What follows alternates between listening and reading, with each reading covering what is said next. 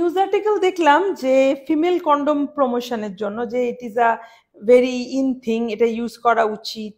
তো আমি ভাবলাম আমি গাইনোকোলজিস্ট হিসাবে এটাতে আমি কমেন্ট না করে পাচ্ছি না, ঠিক আছে, তো সেই জন্য কমেন্ট করি। ফিমেল কন্ডম জিনিসটা কি? দেখো, ইন্টারকোর্স হচ্ছে এই পথে ভ্যাজাইনাতে, তাহলে ফিমেল কন্ডম ইউজ করা মানে ভ্যাজাইনাতে একটা লাইনিং তৈরি করা এবং সার্ভিক্সের মুখটা আটকে রাখা যাতে স্পাম ঢুকতে না পারে।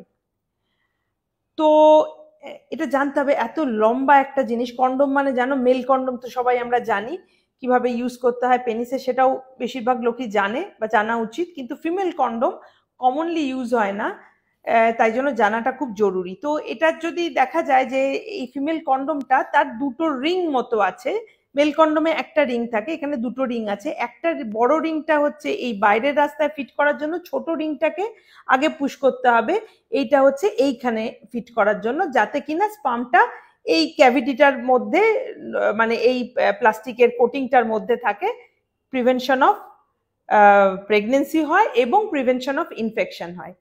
দেখো, প্রিভেনশন অফ ইনফেকশনে ডেফিনেটলি আমি বলবো সব মেয়ের রাইট আছে to prevent infection, at the same time to enjoy life, ঠিক আছে। তো সেই জন্য একটা প্রোটেকশন যদি দিচ্ছে, কন্ডোমের যে প্রোটেকশন আছে মেল কন্ডোমের ক্ষেত্রেও এটা বলা হয়, সেটা ঠিক আছে। কিন্তু যেটা বুঝতে হবে ফিমেল কন্ডোমে, যদি বলো কন্ট্রাসেপটিভ বেনিফিট, এগেন ডাউটফুল।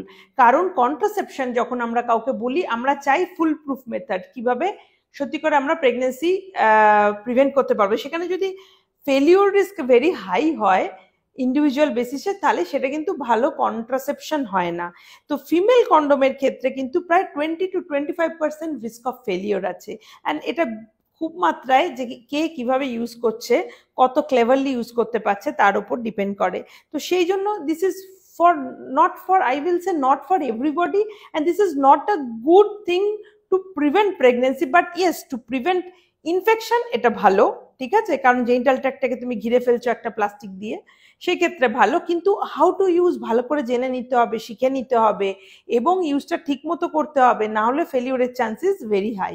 তো for a contraception not good, কারণ রিস্ক হচ্ছে কি বললাম, 20 to 25% যদি ফেলিওর হয়, তার মানে 4 জনের মধ্যে একজন যদি ফেল করে, তাহলে সেটা ভেরি হাই রিস্ক হয়ে গেল, তাহলে সেই ক্ষেত্রে সেটার কন্ট্রাসেপটিভ বেনিফিট নেই। কিন্তু তার চাইতে বেটার হচ্ছে যদি আমরা পিল যখন রেকমেন্ড করি, ইয়াং পিপলকে আমরা বলি, ইয়াং মহিলাদের পিল খেতে পারো, এবং সেটা যদি কেউ ঠিক মতো ইউজ করে, তাহলে তাতে risk of conception is less than even 1%।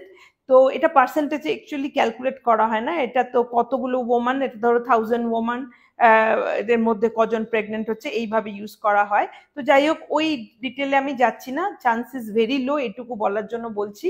কিন্তু অফকোর্স ইনফেকশনের রিস্ক তো থাকছে, কারণ আর হচ্ছে অনেক সময় কেউ যদি মিস করে পিল, যেমন একটা মিস করলে চান্স কিরকম, সেক্ষেত্রে একটা দুটো মিস করলেও পিল কিন্তু অনেক সময় প্রেগনেন্সি প্রিভেন্ট করতে পারে, সেই জন্য পিলটা এত পপুলার। ইনজেকশনও সেই জন্য পপুলার, কপারটিও কাইন্ড অফ পপুলার, বিকজ এদের কন্ট্রাসেপটিভ বেনিফিট ইজ ফ্যান্টাস্টিক, কিন্তু ইনফেকশন প্রিভেনশন এগুলো কেউ করতে পারে না।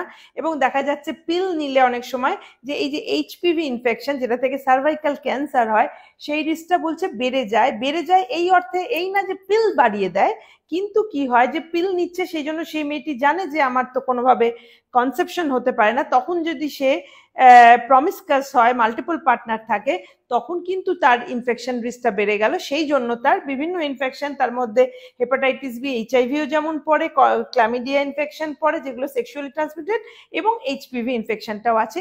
এই ক্ষেত্রে আমি বলতে পারি তাদের ক্ষেত্রে তারা যদি ফিমেল কন্ডম ঠিক মতো ইউজ করতে পারে, তো ইনফেকশন প্রিভেনশনে হেল্প হয়, আদারওয়াইজ না।